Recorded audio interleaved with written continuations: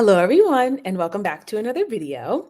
Today, I want to talk about parents and children going no contact, and I'm specifically going to try and come at this from like a Christian angle and what my thoughts are on this. Before we watch Oprah's episode, we're going to watch part of it. I'm not going to watch the whole thing, it's like an hour long. I want to tell you guys my thoughts on this, okay? Is going no contact the right thing or the biblical thing to do? Sometimes it is. Sometimes it is. I actually 100% believe that sometimes it is the right thing to do.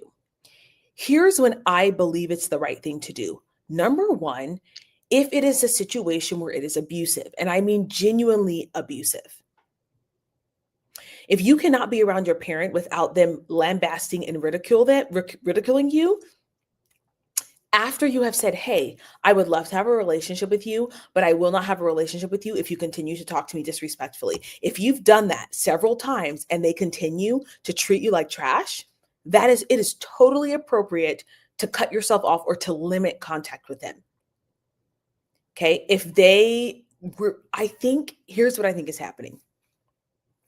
Our generation is going to therapy. Our generation is looking back, which can be good or bad, okay? Our generation is looking back and going, these are things that happened in my life that affected me. I'm going to say this. I do think some of this is excessive, okay? But nonetheless, I think our generation is going, okay, these are the things that have affected me, and I want to tell my parents because I'm looking for some kind of closure or forgiveness. So they go to their parents and they say, hey, this thing we did when I was a kid really hurt me or really changed me or really affected me, and it was trauma. And a lot of these parents are going, why are you talking about this? I gave you the best life that I could. I did the best that I could. You're not allowed to blame me. And the kids are going, what? Why won't you just say, you know what? I am so sorry. I thought I was doing the right thing at the time, but I can totally see how I was wrong. There are two. One of them is saying, I don't want to hear what you have to say. And the other one's saying, I'm so sorry that I hurt you. And I could see how that was problematic. Now, here's the other part. I think it's ridiculous to constantly be going back to your parents and telling them what a terrible job they did as parents. I think that's wrong. Now, if your parent was like a drug addict and abusive, that's a different situation. But if you genuinely had like a decent life, I think this is problematic. I really, really do. I think we are living in an age where we want to everybody wants to have trauma, big T trauma. And so we've made every single negative thing that happened in our lives a big thing. And I think it's problematic. But if you actually had genuine trauma and your parent is not remorseful and they're not apologetic and they're still doing the same behavior, then yes, absolutely go no contact, tell them how they've hurt you respectfully. But everything is not worthy of you going no contact. And I think we're getting to a point where people are expecting their parents to be angels, and your parents are sinners too, and they're not perfect. And I think there's a continuum for no contact. As I've said before, I think there's definitely a time and place to go no contact. I think I am more of like a limited contact person. If my parent was like, one of my parents was like, oh, why are you talking to me about this? Don't ever tell me about the things that I did that hurt you. I don't care if you need closure on this topic. I don't care if you want understanding around this topic. I would do a limited contact. I probably wouldn't go no contact. Because for some people to heal, they do need to have this genuine, open conversation. However, I do think we're also in an age where everybody's calling everyone a narcissist. So anything that people do is narcissistic. And whenever we use the big N word, narcissist, we justify cutting someone off because we're like, oh, narcissists ruin lives. There are actually hardly that many narcissists in the world. I'm sorry, but there's not. If you've been with a malignant narcissist or you've been in a relationship with one, you will know. But we've turned psychology terms into everyday language, and doing this has allowed us to without warrant, cut people off because we are just calling them a narcissist. Everybody's not a narcissist. Everyone has narcissistic tendencies. Yes, even you, even me, we all have narcissistic tendencies. But everyone's not a narcissist. And just because they're behaving a certain way doesn't make them a narcissist. So we have to be very careful, as if we're going to be Christians, we have to be wise about why we are cutting someone off versus, maybe just putting them back in their rightful place. Like, everybody's not meant to have full access to you at all times. So if a parent is incapable of respecting your boundaries, perhaps you only see them in public settings, in certain settings, but you don't engage with them, regularly. That's okay too, but we don't always have to go no contact. There are people that I don't enjoy spending time with. I don't respect them. I don't care. I just simply limit my interactions with them. I don't cut them off completely. I just limit my interactions with them. But this idea of, like, we have to go no contact with our parents because they're doing things we don't like is crazy. Again, I will say this for the 1000th time. There are parents who refuse to acknowledge the wrong that they have done. They refuse to acknowledge where they went wrong because they don't have the emotional intelligence or the emotional security to go, you know what? I'm really sorry that I did that. Their ego is too big. Yeah, I would have a problem with a parent who did that. I would have a serious problem, because why are you 60 something years old and you can't acknowledge that you did something wrong? That's a problem. You have a problem. You're afraid to admit that you did things wrong. My parents were like, you know what, you guys, we were young and dumb when we had you. My parents, people are like, why do you guys have such a good relationship? Because my parents were honest. They were like, we were so young and dumb when we had you guys. We made so many mistakes because we just didn't know. Like, we didn't have examples, and we were trying to, we were in this cult, and my parents were so honest about and that makes them human, and it allows you to have, like, this healing, and for you to go, you know what? I was young and dumb too. One of the most healing things for me is, I'm like, gosh, my mom had a kid at 18. She had like 4 kids by the time she was 26. I could never. Like, I don't even know what kind of person I would be if I had 4 children by the time I was 26. So for me to judge her is actually kind of crazy. It's actually insane. It's actually insane when I think about how young my mom was when she had me compared to, like, when most people are having children today. So for me to cut her off because she did some things that she didn't, that I wouldn't have done. But the difference is that my mom was like, yeah, I was young and dumb. I did some things that I wish I would have never done. I shouldn't know any better, and I'm really sorry. Versus a parent who's like, well, I can't believe you're shaming me for this, or why would you even bring this up? Don't ever tell me that what I did was wrong. You can't blame me. No, that's called emotional immaturity. Those are adults who are emotionally immature. And yes, I have a hard time with emotionally immature adults. I'm gonna tell you guys that right now. I have a hard time with people who don't acknowledge when they were wrong. I have a really hard time with that. So anyway, that's my long intro to this. Do I think it's biblical to go no contact with people? In certain cases, absolutely. Absolutely. Let's watch this episode and then we will see what we think. Okay, so let me add this to the screen. Share screen. Boom. Okay, let's listen. Today officially marks 1 year no contact with my parents. I've been basically fully no contact with my parents for the last 3+ years. We're talking about the rapidly growing epidemic of estranged children who walk away from their parents. What are they protecting themselves from? You know what? I'm over it. I'm over the idea that parents are supposed to sit around in emotional timeout until our kids decide we're worthy again. And when somebody new in my life finds out that I've been no contact with them, without failure, the number one thing that they tell me is, but they're still your mom. Hi, everybody. It is my pleasure to welcome you to the Oprah podcast. We are here in New York City with a live audience of our listeners. Hello, New York. Hello, New York. Hello, New York.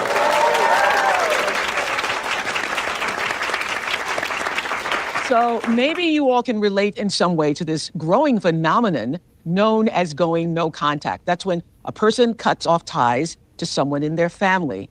A Cornell University study now shows that almost 1/3 of Americans are actively estranged from a family member. I don't think this is necessarily a good thing. I think if they have good reason, this is fine. But I think we are becoming increasingly isolated. And I think this all started in 2020 when we started believing that we should cut people off for their political views. I don't care what you say. If you are choosing a politician over your family, you have a mental problem. Politicians literally do not care about you, and they're all sick and pedophilic. So if you are siding with a politician over your family or over your friends, you're a weirdo, because they're literally pedophiles and junkies. That's literally, they all are. Every single one of them. Like, the only way you reach the highest levels of government is if you are engaged in some sick behavior. So if you are siding with a politician over your family, that's weird. Period. That is incredible to me. I want to ask a few people in our audience to help us understand what that means. So Bristol, go ahead.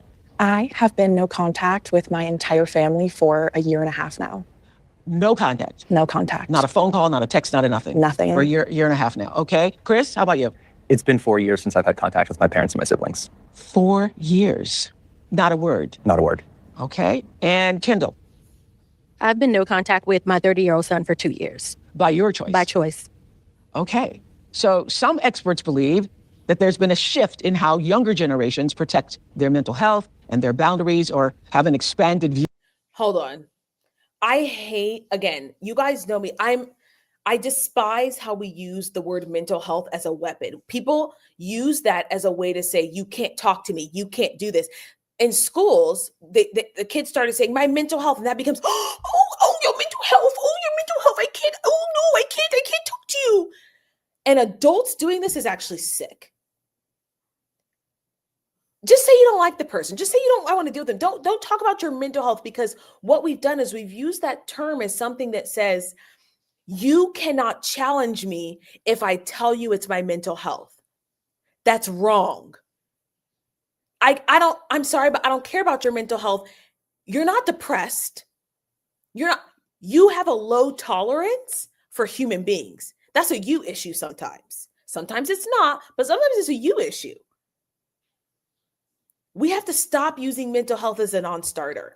Of what is considered abuse, and that has led to a silent epidemic. So social media has millions of videos with the hashtag no contact from adult children who say that their parent or their sibling is toxic and they've had enough. So what is going on? So we gathered leading experts, and people with different experiences and points of view on this issue, including parents whose adult children have cut them off. And we'll hear from other adult children who chose to go no contact with their parents.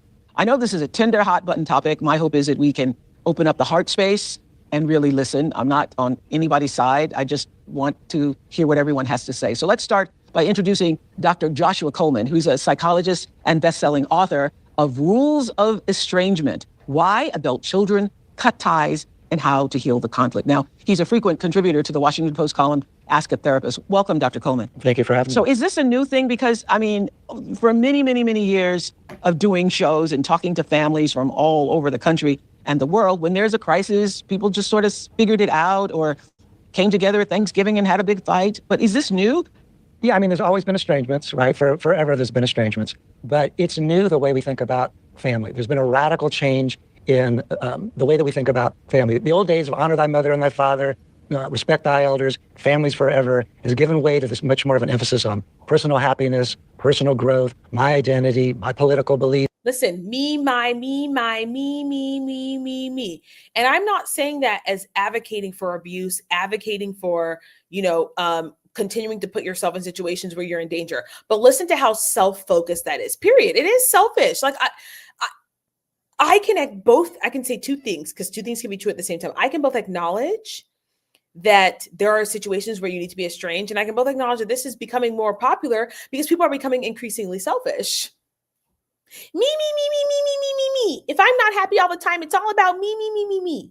My mental health, so much so that today protecting my mental health is the single most common thing that I see in every single letter from every estranged adult child. Has this been exacerbated, or has this increased because of social media? Oh, there's no question. Absolutely. Yeah, because you've got 2 billion hashtags toxic family.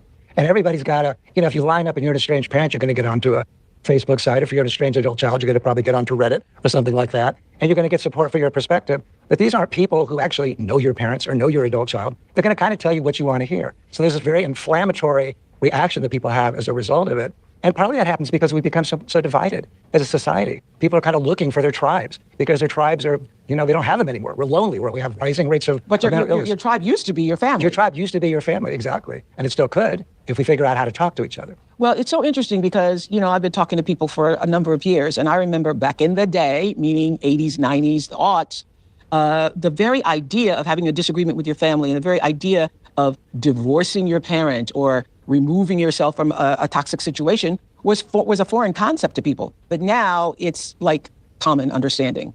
It's common understanding. It's also positioned as a sort of virtuous act of protecting our Yes, mental health. it is. I am so good at protecting me.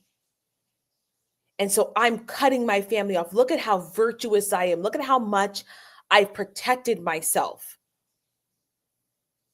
These are the same people who are super lonely and don't have friends because they actually can't handle disagreement. They actually can't handle conversations. But instead of saying, you know what, I have a hard time being around people, or I don't have the skill set of being around people I disagree with, so I'm going to shield myself with this, look at how amazing I am because I'm protecting my mental health, and I cut everybody off who doesn't agree with me because I have the mindset of a juvenile 13-year-old, and I cannot communicate with people who think differently than me. And you know what? Sometimes it is. There are truly abusive, difficult parents and family members. But there's a lot of people getting estranged today who aren't abusive, who are loving, decent, hardworking, loving, caring parents, and they're being cut off. And part of the problem is us as therapists, as I hope we'll talk about, because as therapists, we become what the sociologist Alison Pugh calls detachment brokers, where we help people not feel guilty about feeling responsible for our parents. That gets sort of pathologized as being codependent or parentified or that kind of thing. And therapists are sort of greenlighting a lot of estrangements, particularly when you use language like, oh, your mom's a narcissist, or your dad's a borderline, or they're a sociopath, or they're gaslighting you, or they're a boundary crosser. And once you say that to somebody, once you tell somebody that their parent or their family member or their child is that way, you just greenlit them cutting them off. Exactly. And it's this pop psychology terms. Everything's a boundary. Everything's oh, they're a narcissist. They have like the common use of psychology terms is so problematic. We're sitting in our little chairs diagnosing people when really it's us. It's like we also have a problem. But this comes from the idea that I'm never wrong. It's just them. Because now it's a virtuous act of protecting your mental health. I think that's a problem. Okay. Dr. Lindsay Gibson is here, and she's a clinical psychologist and New York Times bestselling author of Adult Children of Emotionally Immature Parents. And I hear it has sold now over 2 million copies, and many people credit your book as the catalyst, actually, for this surge in adult children going no contact. Now, her upcoming book is How to Raise an Emotionally Mature Child. So, Dr. Gibson, what is it that you were seeing in your own practice?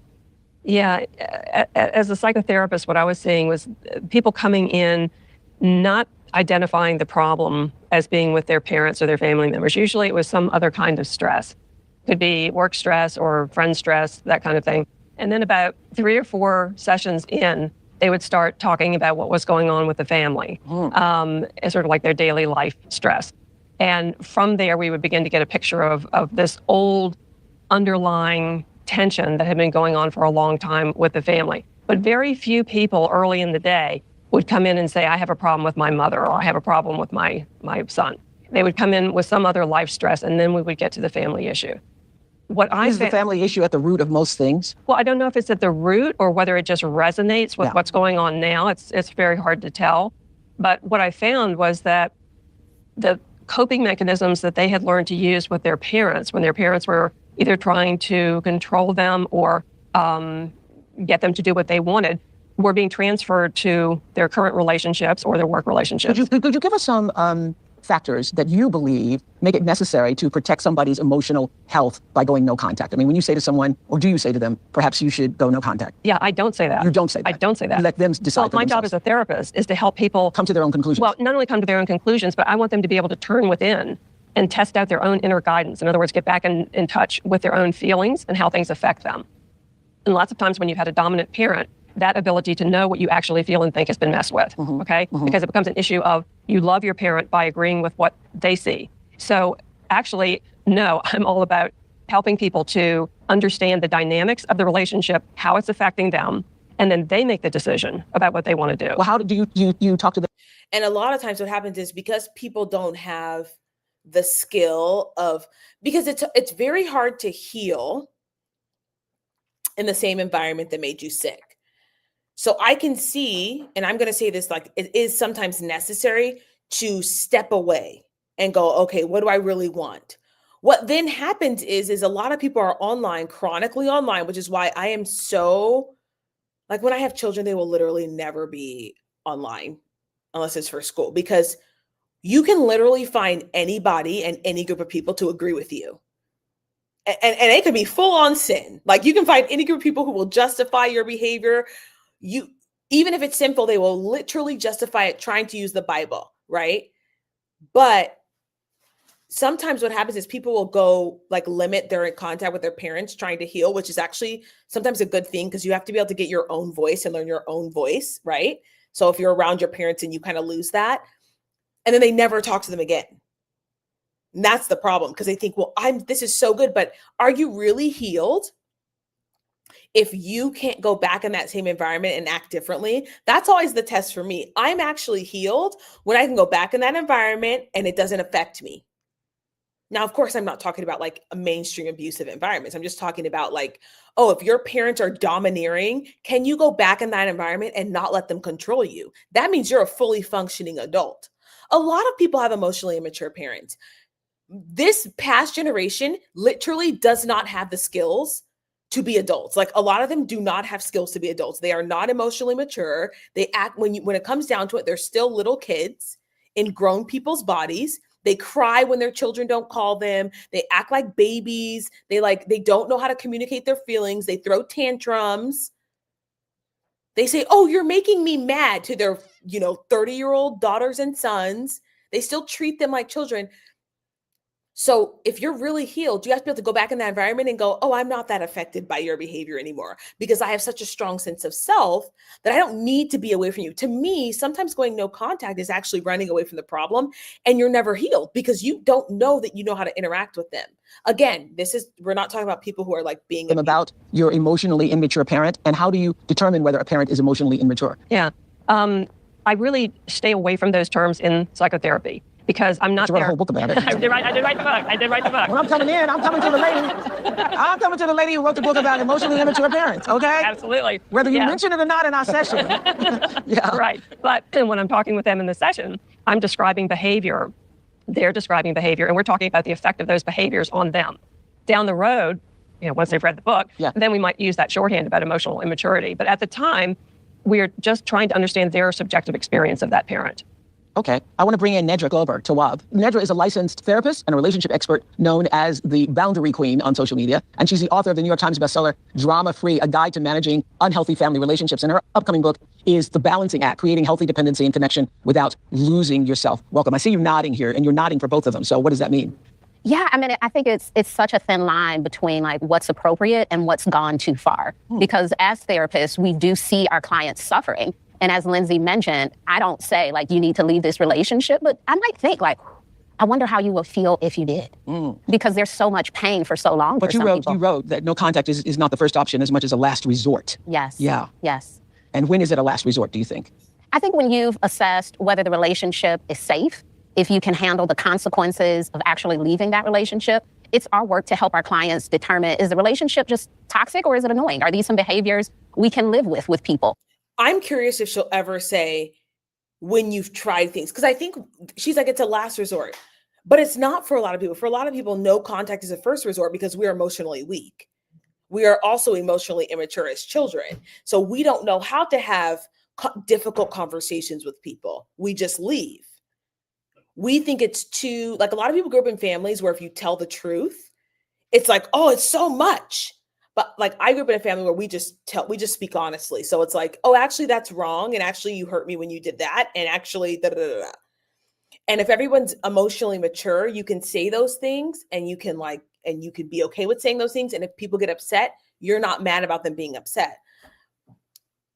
But most people are using no contact as a first, like that's their first option. Despite what these therapists are saying, most people are using it as a first option. They're like, I'm going to go no contact. And they have no family. Now, I think there are certain instances where you absolutely should go no contact. I absolutely believe that. I think there are so many instances where you need to cut people off because they're users, they're abusers, they're unsafe, they're mentally unwell.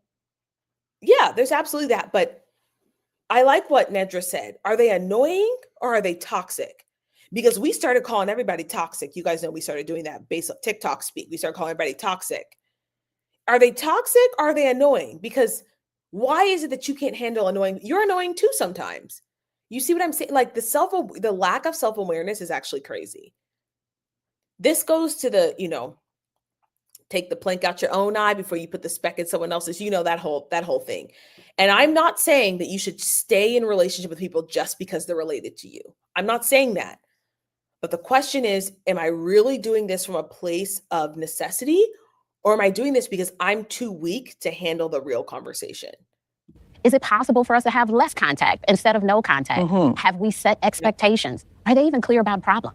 Because sometimes we haven't talked to people about the problems we're talking about in therapy or with our friends. And they need to know in order for us to have a better relationship with them. So I think what's so interesting, Dr. Coleman, you lived through this with your own daughter. I did, yeah. Who cut off contact with you. She cut off contact with you for several years. For several years. Okay. Tell us what this was like for you to go through this. Oh, it was hell. I was completely heartbroken. I was married and divorced in my 20s, and my daughter's in her 40s now. We're blessedly very close, and she has a child that I'm also very close to.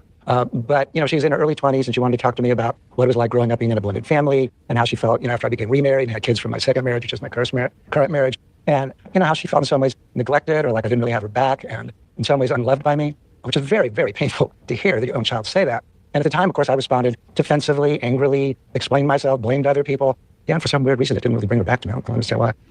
But so it really wasn't until I realized I just needed to empathize with her and take responsibility and find the kernel of truth, if not the bushel of truth, in what her complaints were. Exactly. And most people are not willing to do that. Most parents are not willing to do that. Now, I think there's a way to have a conversation with people about this, but this is how most people. Now, the question is this worthy of you cutting them off because they can't take responsibility for that? Like how, because, okay, here's the crazy thing. If you're a parent of children, it's very possible that you're going to do some things that hurt your children. So the question is, if you're going to cut off your parent, are you going to be able to have the same conversation with your children later on in life? Because it's the hypocrisy for me. It's the hypocrisy for me. Are you going to be able to say, you know what? I cut my parents off because they wouldn't acknowledge when they were wrong. But see, I'm so self-aware that I'm not going to do anything to my children. My children won't grow up and say that I did something wrong. No, they will. They will, because we're not perfect, right? But are you actually going to be that person who does that? Because that's the other question. Okay, you want to cut them off, but are you going to be able to be less defensive than your parents? Or is your ego also so big that you're going to say, well, I did nothing wrong. You see, I cut off my parents. I did nothing wrong. I was a perfect parent. That's a good question. That things really began to shift, because up to that point, I was making it about me, and it was really about her and her suffering. But going through that was hell. I felt ashamed. I felt embarrassed. Did that inform your ability to write rules of estrangement? Did it? Yeah. And was it harder for you because you're supposed to know? Exactly. I mean, you're the person that's advising other families and other people about their lives, and in your own family, It happened to you. Yeah, I wrote my first book on the topic when parents hurt in 2007. And as it was, once we'd reconciled, I wouldn't have written this book if he hadn't reconciled. But once we'd reconciled, I wrote it. And as a result, got a really wide following of other parents who were going through it. And they all said the same thing, which is, I thought I was the only one. And as a result of that, I did a study of 1,600 estranged parents and published that in that book. So it's been really my works for the past almost 20 years. Well, we have a number of audience members who are going through this right now. So Chris and Bree, what's going on? Yeah, absolutely. So I grew up in a very performance-oriented household. It was attend an Ivy League school. Ya cómprala. Con la tarjeta de crédito no. Tienes meses sin intereses. Toma la decisión no. Aquí sí te alcanza para la magia en Juguetirama. Get the money, the power, the status, be someone that we can feel proud of. And Bree very much did not come from that background. Did you have other siblings in the household too? Yeah, I had 2 younger brothers. Okay. So I was the oldest, so I was trailblazing in that way. So tell us again, you've not had contact with your parents now for 4 years. 4 years, that's right. Is it parents and siblings? That's right. Okay. Nobody in the family? There's some extended family, but not in the core family. Okay. Yeah, that's right. All right. And so when Bree and I first got together, we very much felt like my parents were apathetic towards her. They were not super interested in getting to know her. And they didn't like her. Yeah, that's the feeling that we got. That's the short answer. That's the They didn't like her. They didn't like her. Yeah, and the way that really surfaced was what we perceived as a disinterest in getting to genuinely know her. Yeah. And for while we started dating, so be it. But as it became clear that this was a real relationship, that this was an intense relationship, that we were in love, and I said, this is the woman I'm going to marry. Uh-huh. And as we moved into that more serious realm, it went from what we perceived as apathy to more of we don't like this. And the way that took form for us was my parents, we found through friends, were scheduling lunches to have conversation with my friends where the topic was, we're worried about Chris. That was the first thing. And then it became, can we delay this engagement or can we... Asking your friends. Yes. Or See, this is diabolical. This is absolutely diabolical. Now, if she was a scammer, if she was a drug addict, I could see this, but this is absolutely diabolical. And this is an instance where I would agree with no contact. Absolutely diabolical. To go schedule lunches with your friends and with your friends. Also very manipulative, very manipulative. Can we take this marriage off the table? In spite of that, we really worked hard to figure out what is our new family going to look like going forward. We're going to get married. So when you hear that they're conspiring with your friends, what'd you do? You have a conversation about it? Yeah, we have a conversation about it. I very much grew up in a house where, again, because of that performative aspect, it was also there was a compliance aspect. Yeah. And so, frankly, something I've had to really work on and grow in is being comfortable in that conflict. And at the time, I could bring that up. I'm unhappy with this, but am I going to really pursue that? And the answer is no. And so we got married. They were invited to our wedding. They were part of that. And for a time, we were able to have this kind of tacit peace. Wasn't there something with the bridal shower? Or there's something, did she try to mess up the bridal? Yeah. Your mother-in-law did? Try to mess up the bridal shower? Yeah. And we were trying to kind of construct it. Well, that's a sign. Yeah, that's a sign for sure. Fun, yes. Yeah. And where the tables really turned was when we found out that Brie was pregnant with our first daughter. And so we were nervous. We called up my parents. We said, this is what's going on. And we were profoundly hurt by what we were met with, which was disappointment. And they were disappointed that she was pregnant. That's right. Okay. Yeah. The way that we perceived it is that they were expressing that this wasn't the pace that they expected us to move at. And we had already gotten married before they had wanted. And now we were having children before, was their timeline. Yeah. And okay, I'm going to tell you guys something. This is a rule I live by. There are a lot of people, parents, who seek to control their children. And they will, it's both too. It's like, you're having children too fast, or when are you going to have children? That's controlling. It's controlling. 100%. It's controlling. Like I said, this is, I would have cut them off at, we were having meetings with your friends to in this wedding. They wouldn't have been invited to the wedding. Period. They're way too compassionate for me. Way too compassionate for me. I left that call. I said, let's regroup. Let's have another conversation. And when we did have that conversation, and I expressed how I felt and how hurtful that was, rather than being met with the empathy and some repair that we would have really hoped for, I was met with what they described as they were embarrassed by us. And that was actually the last conversation that I had with my parents before going no contact 4 years ago. And I just remember walking out of that conversation thinking, for the years that Brie and I have been together, I've had to watch her endure that treatment of not feeling accepted. Okay, and this is why, to me, this is an example of you've tried so many times, you've tried a lot, and they're still acting up. This is a perfect situation where it's like, yeah, you're going to go no contact. Absolutely. I would 100%. This is where I would agree that it's okay. You don't have to tolerate disrespect just because someone is your parent. This is a breach of autonomy is what it is. As a parent, to go around someone's back and to say, oh, let's see if we can sabotage this wedding. Crazy. Oh, I'm sorry. We don't want to participate in your childbirth because this is too fast for me. Or when are you going to have kids? When are you going to mind your own business as parents? If your child is marrying someone who's a decent human being, why do you need to be in control of that? It's very strange. It's very strange. And the last thing I would want to do is bring a daughter into the world where she will walk into the world on day one and experience that treatment from her grandparents. Okay, and so you just decided no contact. So I'm curious, Chris. So can I ask how old you are? I'm 30. Okay, you're 30. So you grew up in a world where you said there was compliance and the household was performative. So you didn't grow up in a world where you thought about, removing yourself or distancing yourself from your parents. Where did the idea even come from that, all right, I'm going to cut you off and I'm not going to talk to you anymore? Yeah, I don't think there was one moment. I think it was very incremental. And I think that actually, it all began when we first got together. It really highlighted the emotional distance between myself and my parents. And I think with each step over years and years where I saw my parents being less and less a part of my life, the idea that they could not be a part of my life at all became something that seemed possible. So did you reach a point where you felt if I don't comply, then they don't love me unless I'm complying? That's right. Yeah, I would say I'm not accepted unless I'm complying. Not accepted. Okay, do you have a question for one of our experts here? Yeah, as you think about parents raising children, and as us as parents, we're not connected with our families, what would be your advice for talking about that with our children, right? How as parents can we best support our children as they grow up? You mean with their grandparents? Without grandparents. Right, yeah. Because are you speaking to your parents? You're not speaking to your parents either? No. Why aren't you speaking to your parents? I grew up in a very religious household. And when I became an adult and was not necessarily having some of the same morals and values and political beliefs and religion, they basically disowned me. Okay. They disowned you? Yeah. Okay. All right, so your children are grandparentless right now. Okay. And so you're asking the question of how do you manage the grandparentlessness, right? Nedra, is it a tragedy if as a grandchild, their children are 2 and 4, you never even knew your grandparents? Yes, but they will still have some idea of what a grandparent is. And I think for you too, it'll be very important in an age-appropriate way to explain the situation. We have chosen to not have this contact as a protection for our family, right? And as they get older, you express that more. I don't think they need to know like all of the painful stories. That's not appropriate. But being clear that this is a choice that you made and trying to find other people in the world who can be grandparent-like, right? So that could be a neighbor. If you're a part of a social community, that could be someone in that social community. But being open and honest is really important, not trying to erase your childhood. So, you know, not doing the thing of never talking about your childhood, never talking about your parent. Share some of those good memories with them as well. So, okay, there's like literally 80 minutes of this left. So let me stop sharing this, and it's getting late. Okay, you guys. So maybe I'll pick back up on this one with a different couple, but I just wanted to share my thoughts on this because people are asking, like, what do you think about no contact? I am probably not someone who would go no contact. I'm like a limited contact person. That's just how I function. I'm like, although, you know, you act a fool, you might end up losing, but I think it has to be appropriate. I think there has to be like genuine reason.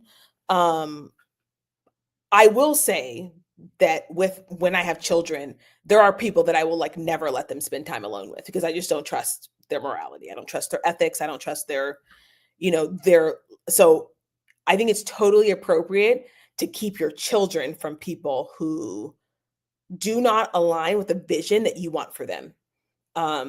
Because it's your job to raise your children. It's not someone else's.